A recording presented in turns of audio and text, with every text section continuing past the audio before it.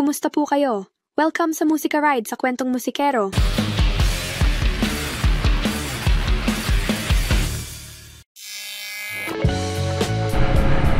Magandang araw, ako po si Bal ng Musika Ride sa Kwentong Musikero at welcome po dito sa ating channel.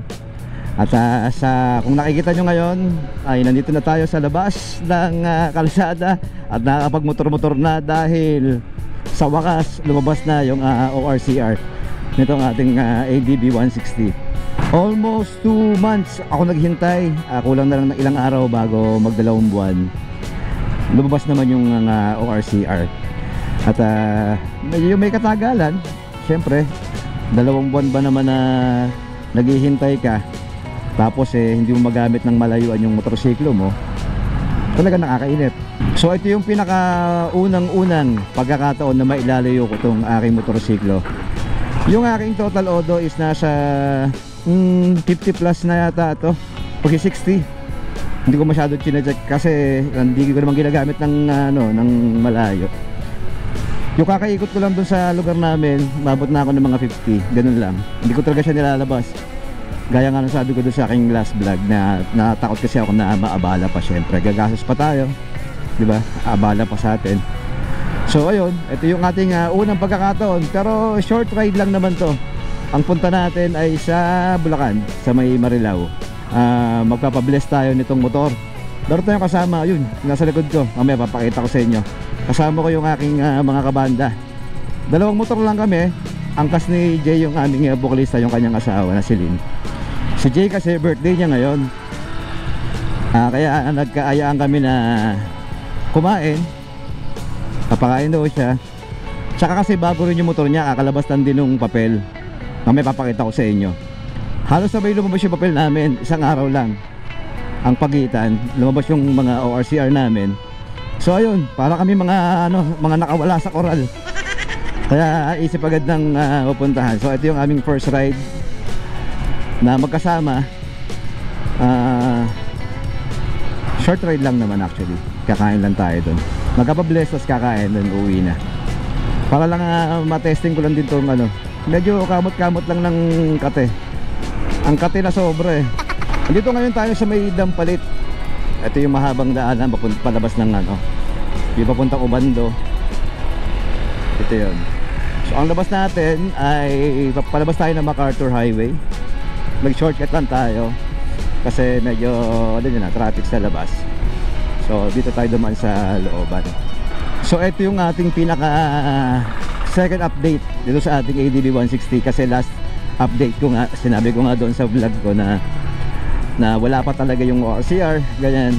Tapos naglagay lang tayo ng mga ilang accessories gaya nitong phone holder tsaka itong action cam holder. Tapos wala na. Then after nun, ayun nga, eto mga 3 days ago lumabas na yung ORCR ng motor na to. Ginawa ko, nagpa-print agad ako ng ORCR. Then nagpagawa ako ng temporary plate para talagang wala nang katakot-takot sa daan kahit saan ako makarating ito. Ngayon yun ang masaklap ngayon sa panahon natin ngayon na bumili ka naman ng cash pero hindi mo siya agad-agad magagamit. Kailangan mo talaga maghintay unless may madulas. Alam nyo na yun kung ano yung madulas, pero alam naman natin na yan, pero hindi na natin kailangan i-elaborate pa yan kasi baka may masagasaan naman tayo. Ayan yung papuntang Ubando. Kung gusto nyong sumayaw na may hawak na itlog, pwede dyan. Dito tayo, diretso tayo dito. So ito pa lang din yung pagkakataon na maranasan natin at maramdaman natin yung performance nitong ating ADB 160. Dahil talagang hindi ko pa ito nagagamit ng malayuan. Hanggang doon lang kami hanggang doon sa lugar lang namin. Hindi ko pa nga ito nahataw ng kahit na ng mga 80 or 70. Dahil talagang doon lang ako sa mga iski-iski dito lang namin. So ngayon, lahat ng first sa motor na to, isasama ko kayo. Yung ating first 100, 1,000 kung po pwede, hanggang 1,000 yung ating unang change oil, yung ating unang PMS, At kung ano-ano pang first dito sa ating ADB 160, i-update ko kayo.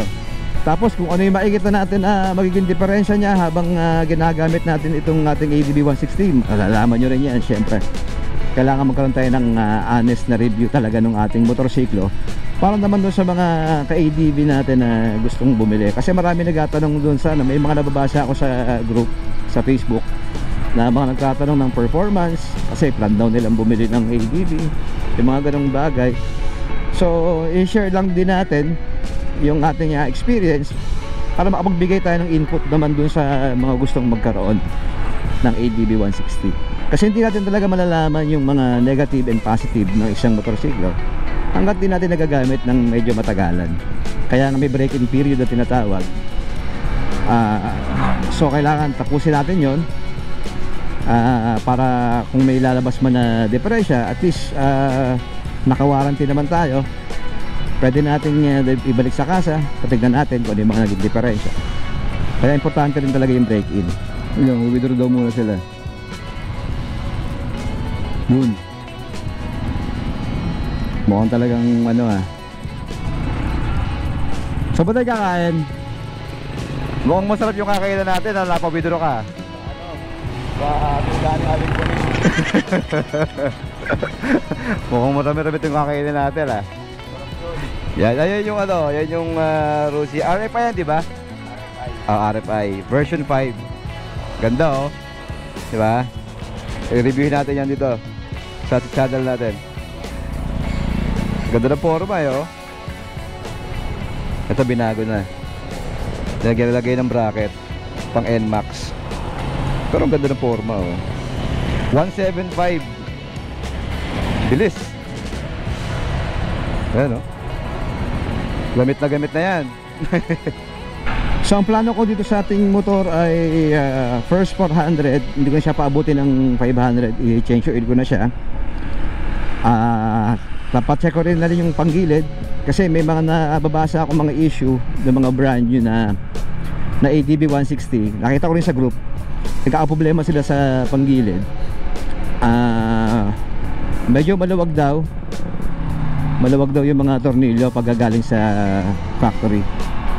So samantalahin na natin yung change oil na yon para ipacheck yung ating panggilid. Kung masikip, edi good. Pero kung maluwag, edi preventive na rin, kasi para ma-prevent natin yung magkaroon tayo ng aberya. Lalo panggilid yan, napakadelikado. Disgrasya abutin natin. Andito na ngayon tayo sa May Pulo. Yan, palabas tayo ng Malanday. Dire-diretso natin to. After ng Malanday is MacArthur na. Kakaliwa tayo papuntang May Kawayan. So dito naman sa ating ADB 160, wala naman akong plano na kargahan pa to ng mga accessories na kung ano-ano. Yung essentials lang talaga. Siguro yung top box pinaka-importante para sa akin. Yun ang kailangan kong pag-ipunan sa ngayon. Makabili tayo ng top box. Tapos ano pa ba? Ito, yung ating coating. Papakoat natin itong ating pintura para magprotektado siya. Kailangan pa ng pera, syempre. Mag-iipon pa tayo para magpa-ceramic coating. Kasama ko rin kayo dyan sa ating pagpapa-ceramic coating para may papakita ako sa inyo rito sa May Valenzuela. Maganda sila gumawa. Marami akong nakita nilang mga marami akong mga gawa nila na nakita. Magaganda yung gawa nila. So doon ko plano magpa-ceramic coating, pati CJ. Sabi niya, sabay daw siya sa akin. Kapag nagkapera kami, sabay na kami magkapa-coating. Sa ngayon, tiyagaan muna sa punas. Basta alaga lang naman sa punas para yung mga naninikit na mga alikabok hindi magstay ng matagal, kasi mahirap na tanggalin pagka matagal na nakadikit. Baka mahirap na matanggal, lalo ito white. Kung sa dark na mga kulay okay lang dahil hindi masyadong halata, pero pagka sa white, pag may dumikit na kung kailangan matanggal agad dahil nagmamantsa. So kung may ceramic coating, dudulas lang daw yun. Ma-protection na natin yung ating pintura. So mula Navotas hanggang dito sa Malanday, medyo nakakaramdam ako ng nangalay sa likod. Hindi ko alam kung bakit, kung dahil ba sa upuan or medyo matagal ako na bakante sa pagmamotor ng ganito kalayo, kaya ganon. Pero sa puwet naman, I mean sa upuan, hindi naman siya ganun ka hindi naman siya ganun ka tigas yung stock na upuan. Hanggang ngayon naman tumatakbo na kami ng mga mag-iisang oras pa lang naman, okay pa naman yung yung puwet ko, hindi pa naman siya ganun kasakit or kangalay. Umalis tayo ng Navotas ng 8 ng umaga.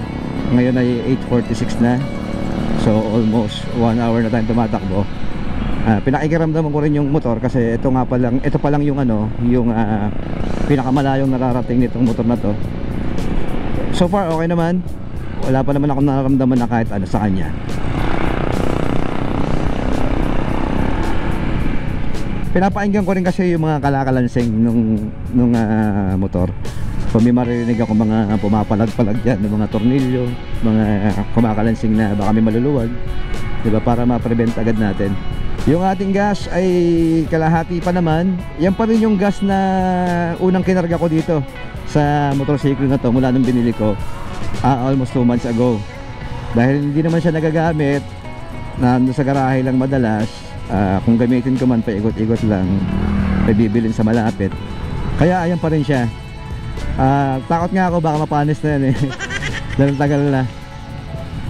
Pero yan pa naman, okay pa naman siya. Kalahati, hindi ko na videohan kanina, pero yan pa rin naman yung laman niya kanina mula nung umalis ako kanina sa Navotas. Wala pa naman nababawas kahit isang bar. Siguro sa next video natin, kasi plano kong mag-loop para syempre makita natin talaga yung potential nitong motor na to at yung performance. Siguro ang plano ko matagal na is Laguna Loop. Hindi ko alam kung ilang kilometers yun, i-check ko. Doon siguro para makumpleto natin yung ating first PMS. Tapusin ko yung Laguna Loop na yon para ma-check na rin natin kung yung gas consumption itong ADB 160. Tignan natin kung gaano siya katipid. Gagawin natin, mag-full tank ako dun sa Navotas. Titignan natin kung ilang kilometro yung tatakbuhin natin pabalik dun sa pinanggalingan natin. At tignan natin yung consumption ng gas, kung gaano siya talaga katipid, diba? So siguro yun ang kasunod natin na video, yung ating Laguna Loop. Kung magkakaroon tayo ng pagkakataon this week. Ngayon ay Friday, bukas meron kaming gig. Sunday hindi ko alam kung may gig kami. Siguro Monday baka magawa natin yan. Ay hindi pala Monday, may lakad pala ako Monday. Siguro Tuesday. Yan. Basta this week, bali next week na pala yun, gagawin natin yung Laguna Loop natin. Kasi kailangan ko ng matapos yung aking break-in period. Gusto ko na rin mag-change oil. Paabutin ko ng 400 kilometers, tapos change oil na ako. Yung gear oil siguro sa next na sa next na change oil na natin.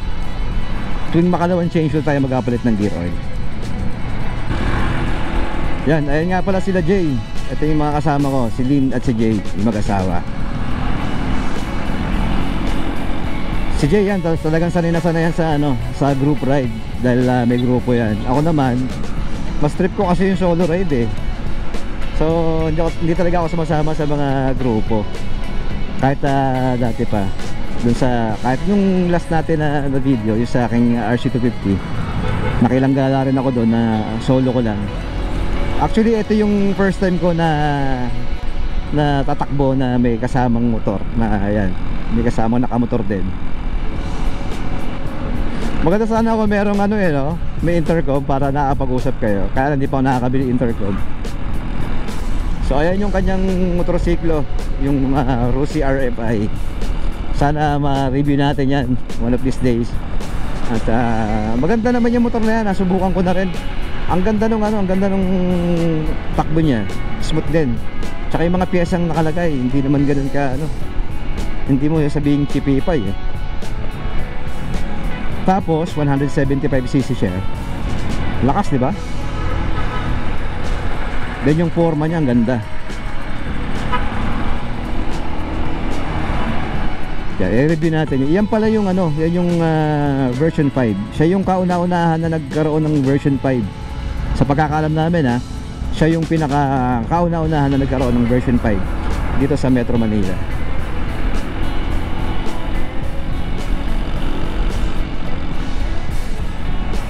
Matte black yan. Ang ganda. Magkakaroon tayo ng ano yan, ng full review.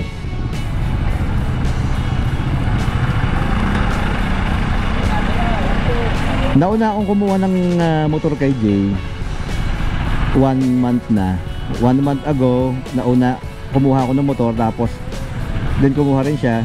Pero sabay lang lumabas yung ano namin, sabay lang lumabas yung ORCR namin. Sa kanya mag-iisang buwan na, tsaka lang lumabas yung ORCR ko. Kaya ito, short ride tayo.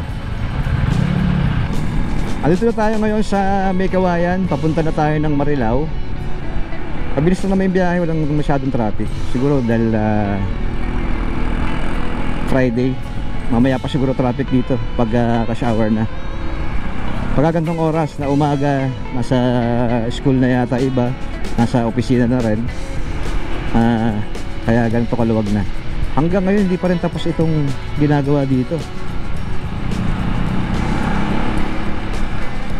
Yan, medyo matagal-tagal na rin yung ano na yan, yung gawaan na yan. Sa bagay okay lang yan kasi malala talaga ang bahari ito. Kapag inabot ang bahari ito, talagang swimming pool ang datingan eh. Dito na kami sa malapit sa SM Marilao. Kakalang kami ng Lias.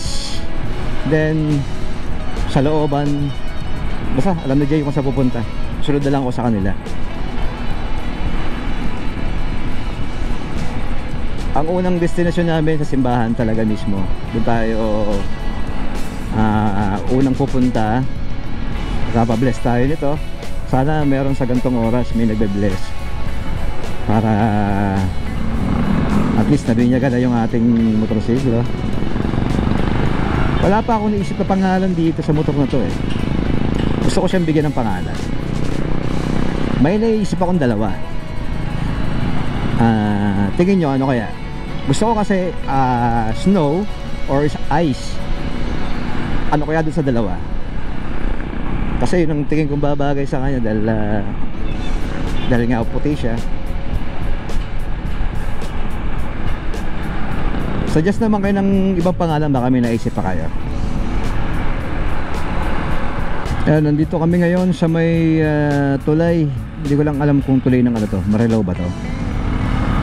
Basta yan yung expressway NLEX. Ayun, medyo traffic. Medyo matindi pala traffic dito so, kahit gantong oras. At magagawa, tiyagaan lang talaga yan. Gusto ko sanang igala na igala itong ating motor. Kaya lang, ang hindi ng init ngayon. Ewan ko ba bakit. Parang ito yata yung pinakamainit na summer dumaan. Sobra init, grabe. Sa loob ng bahay, hindi ka makakatiis, lalabas ka. Paglabas mo naman, yung humidity naman ng, sa labas. Ganun din. Maalinsangan, grabe. Hanggang kahit gabi na, diba, sobra init, maalinsangan talaga. Hindi ka makakatulog nang wala kang aircon. O maarte ka. Okay, ito na, nakikita ko na yung simbahan. Dito na tayo malapit. At umabot na rin tayo ng 1 oras. Ang ngayong oras ngayon ay 9:17. Pumalis tayo ng alas 8 ng umaga sa Navotas kanina. Medyo mabilis lang. Na-traffic lang tayo rito ng konti kasi ang daming truck. Malit lang yung daanan. Pero at least ito na tayo. Maaga pa naman. At sana merong nagbe-bless ng gantong oras para naman di sayang yung punta natin. Pagka wala, baka sa Antipolo na lang sa next na biyahe natin.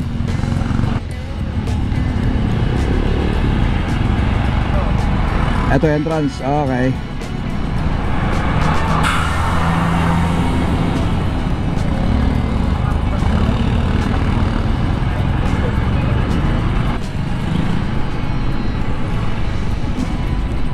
Dito tayo sa palusong. Pwede pala mag-park dito ng motor.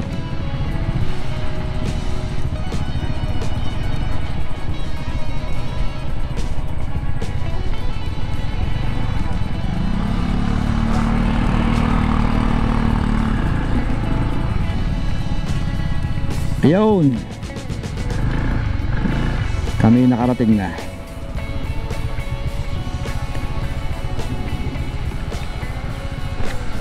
Magtatanong tayo ngayon kung saan yung papabless. Ito, tanong mo kay guard kung may gantong oras meron. Ayun, meron daw, sakto.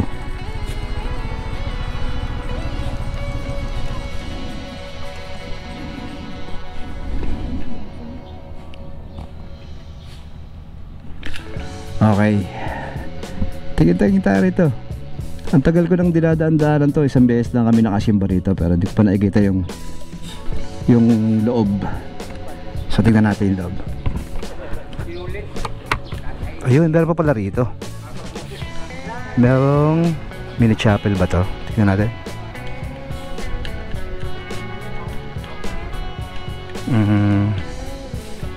Ayan, meron ditong chapel. Eucharistic Chapel yata to. Adoration Chapel. Tapos dito merong grotto. Ayan o. Ayun, meron pala doong malaking statue ng Sacred Heart. Ayun. Tapos dito may grotto. Nagmimisa rin siguro dito kasi may mga upuan. Okay.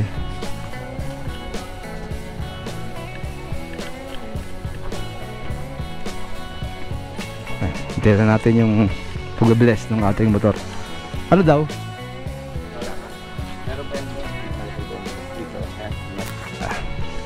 Dito naman sa side na to ay yung Adoration Chapel yata.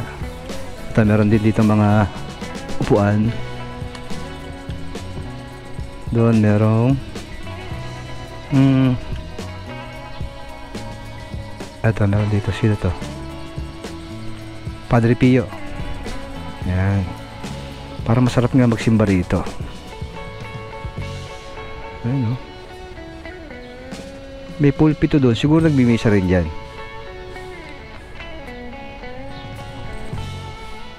Tapos meron doon sa loob, sabi ni Jay meron daw tunnel dito eh. Hindi ko lang alam kung para saan yung tunnel na yan. Puntahan daw namin mamaya. Ganda, maganda yung loob pala. Ngayon lang ako nakapasok dito. Ang nagsimba kami one time dito, pero nandun na kami sa labas. Ano pwedeng gawin sa tunnel?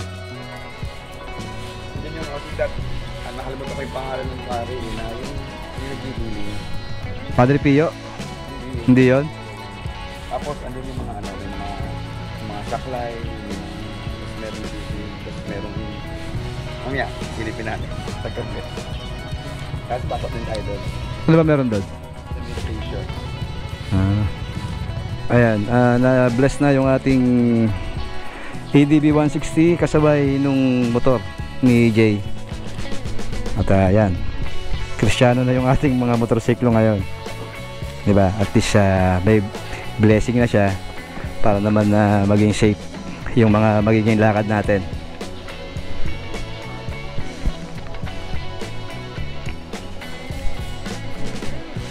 Ayun, si birthday boy na blessingan na rin. Yan, kami naghahanda na para pumunta dun sa kainan. Manlilibre si Jay dahil birthday niya ngayon. Kakain daw kami ng, ano yun din, palabok? Dinuguan at Saka dinuguan. Dinuguan. Saktong-sakto, mainit pa naman ngayon. Di, may halo-halo doon, di ba? Yun, ayos. Papatikim namin, papakita namin sa inyo yung masarap na kainan dito sa Marilao. Marilao, tama? Yan. Sama kayo. Okay. Let's go.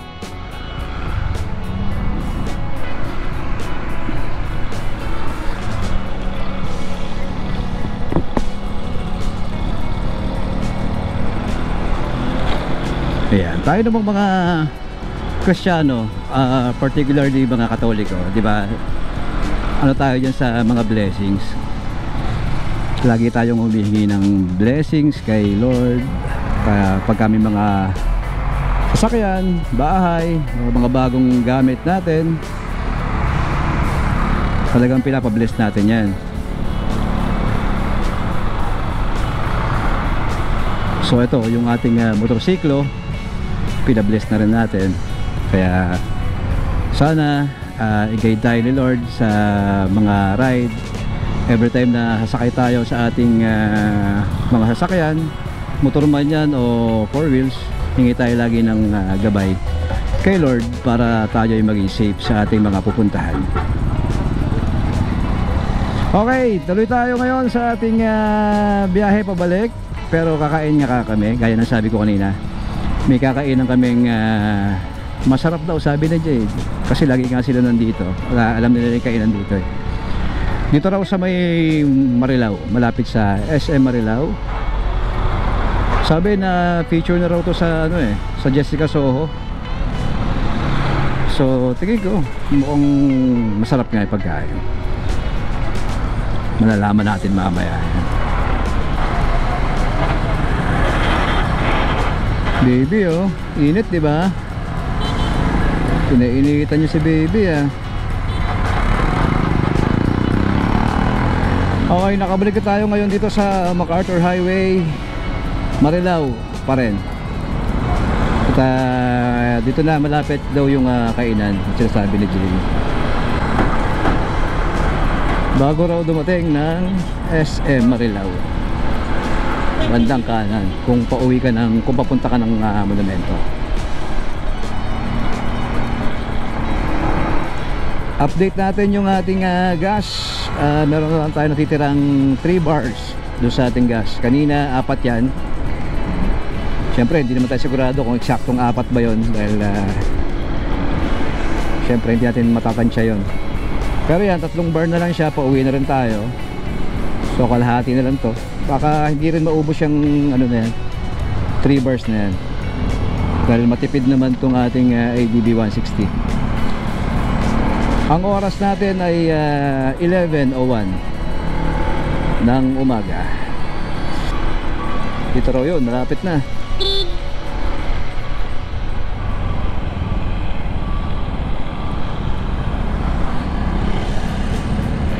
Ayun,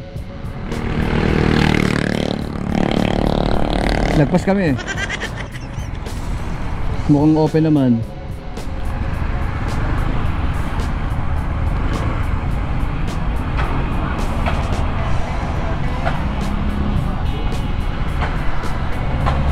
Sarado ba?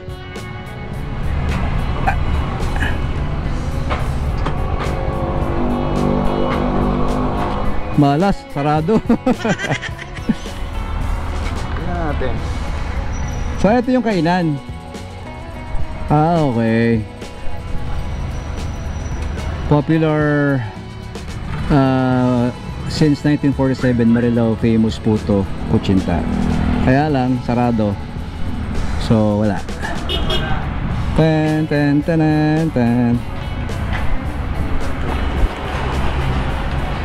Ayan, meron sila ritong mga. Meron po mga take-out. Ayan. Kung take out na lang. Ito. Oh, masarap to. Pare meron pa rin palang dinuguan at puto, kaya lang pong take out. Take out. Sa ating kakainin. Sa bahay na lang. Bili ka na sa, doon lang natin kainin sa inyo. Pwede rin, kung masarap lubang Para sakto, tanghalian, sa bahay na tayo. Oo. ako yung puto. Yun na lang. Kaya Bibili pa rin kami tanghalian. Sabi ko ba, ganyan po sila. Ano ba to? Okay. Pero ang ganyan na ayun na natin sila lagyan ko. Tamales ba to? Pastillas. Pastillas. Pastillas, kala ko tamales. Ayun, yan na lang. Ito. Sinta. Sila. Magkano lang yun yung ganyan? 40. Eh yung palabok. Meron takeout din. Oo. Ayan po. Ayun pala. O sa yan ang takeout nila. Pansit palabok 120, pansit bihon 165, pansit canton 165, sotanghon 185. Dinugan ay 115, plastic pag nasa canister daw ay 130. Ano, merong good for one po. Tapos meron ding bilao. Yan. Large, extra large, medium, small. Sa ilaw na. So ayun. Single order lang. Dito yan sa Marilao. Masarap daw yan sabi ni Jay. Kanina niya pa pinaglalaban yan eh. So mamaya malalaman natin yan kung talagang masarap yung kanilang mga pagkain dito. Ayan o. Okay, ayun. Sarado nga yung kainan nila. Hindi na raw talaga binubuksan pala yung kainan. Nag-take out na lang kami. At sa bahay na lang nila Jay kami kakain. Pero at least yung pala naman yung ano, yung food nila. Hindi man nagbago. Hindi lang talaga pwedeng mag-dine in. So ayan yung ano, SM Marilao. Tapos pabalik na kami kung saan kami dumaan kanina. Daan kami ng Malanday, Pulo at Malabon na. Andito na ulit tayo sa Dampalit, Malabon. At napansin ko yung ating total odo ay nasa 96 na. So ngayong araw sigurado pabalik. Makukuha na natin yung ating first 100 kilometers. So abangan natin.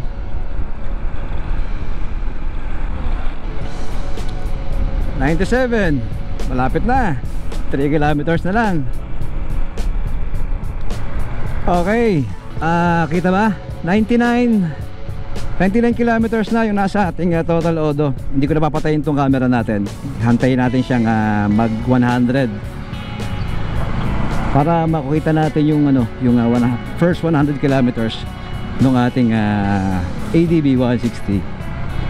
Whew. Konti lang yung nadagdag mula na Botas hanggang Marilao. Lapit lang kasi. Ayan, hinihintay na lang natin ngayon na mag 100 yung ating total odo. Palakpakan ng mga palakan ito.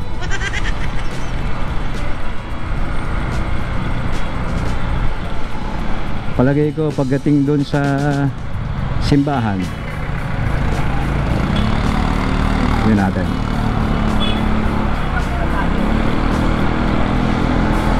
Sa may San Bartolome.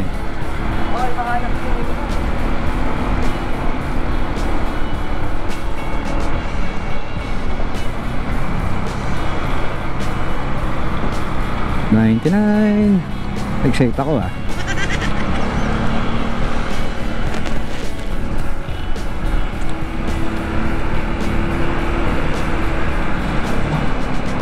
Ayan na.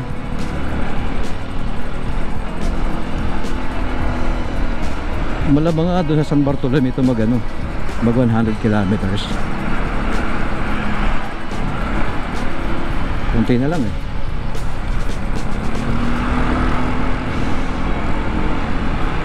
Ayan.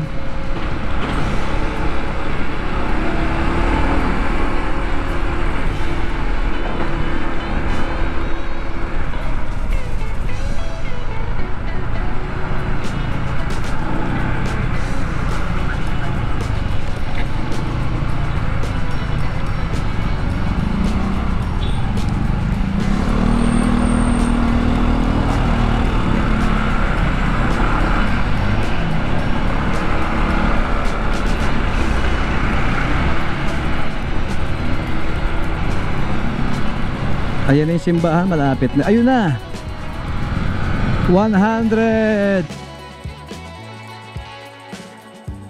Yehey! Nakuha na natin yung ating first 100. Yeah, thank you Lord. At ang abangan lang natin sa sunod is yung ating first 500 para sa ating first change oil. na mukhang matatagalan pa. Hindi naman kasi ako palegala eh. Pero pilitin natin yan na makuha yung agad kasi meron tayong kailangang paggamitan dito sa motor. Tsaka ako na ikukwento sa inyo kapag malapit na. Pero at least ngayon nakuha na natin yung ating first 100. Gaya nga ng sabi ko, magkakaroon tayo ng long ride next week. Gagawin natin yung aking matagal nang pinaplano na Laguna Loop. Aaralin ko yung ruta mamaya ng mga dadaanan. Tansyahin ko kung ilang kilometro tatakbuhin para mapaghandaan natin. So ngayon, yung ating first 100 na tinakbo dito sa ADB 160, okay lang naman. Yung wala namang malaking ganap. Wala naman nangyaring wala naman ako nakikita ng mga lumabas na mga diferensya. Ngayon yung ginamit ko siya, tignan natin kung ilang kilometro yung tinakbo natin. Kanina yung 18.2 kilometers yung ating tinakbo mula doon sa amin sa Nabotas. Actually hindi eh, kasi nag-reset ako kanina ng trip A. Nasa ano na ako eh, nasa Valenzuela na ako eh. So palagyan na natin ng mga 20 or mga ganun, mga 25 kilometers yung kaninang tinakbo natin. Kaya nagkaroon tayo ng 100 kilometers sa total odo. So far okay naman. Wala naman ako nakikita ng diferensya kasi marami ako nakikitang issue sa sa mga group sa Facebook. Nagbabasa-basa ako ng mga post nila, mga comments. Marami ako nakikita ron mga negative. Hindi ko alam kung baka isolated case lang yon or sa lahat ba ng motorsiklo ng ADB 160 pare-parehas pa nangyayari yon. Unang nakikita ko doon lagi, sasabi nila parang mabibrate daw yung motor. Sa akin naman, sa paggamit ko sa kanya, hindi naman siya ganoon ka-vibrate. Ano naman, tolerable naman yung vibration niya, knowing single cylinder lang to. So normal lang naman siguro yun na mabibrate ng konti. Pero kapag naka-idle naman, yung vibration niya minimal lang din naman, hindi naman ganoon kalala. Parang OA lang yung pagkakaano ng iba. Parang ang gusto yata nila yung talagang wala kang mararamdaman na kahit anong vibration kapag nag-open ka ng motor. Yung iba sinisisi yung panggilid, mapagpag daw. Sa akin naman wala naman ako nararamdaman ganon, kasi maririnig mo din naman kung mapagpag yung ano mo eh. Siyempre kailangan buksan mo para makita mo talaga kung kailangan i-adjust. Pero di ba dinig mo din naman yun kapag naka halimbawa naka center stand ka, patakbuhin mo, mararamdaman mo naman kung maiingay eh. Pag nag-iingay siya, nangangalampag yung pumapagpag yung belt mo. So yun, kailangan talaga ng adjustment doon. Hindi ko alam kung isolated lang ba yung mga nila, yung mga cases na pinopost nila. Pero so far, doon yung mga nakikita ko naman na mga negative, hinahanap ko sa motor ko, hindi ko naman makita masyado. Wala naman ako nakikitang ganun.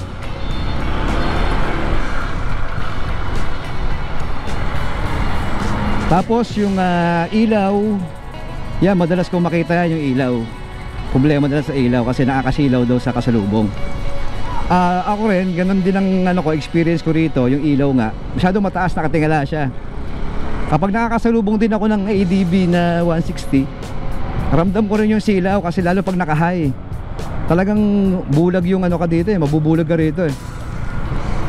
Ang tindi ng pagkakataas nung pagkakatingala ng ilaw. Pero nakakita ako ng paraan at gagawin natin yan dito sa ADB 160 natin at i-share ko din naman sa inyo kapag nagawa ko siya na maayos.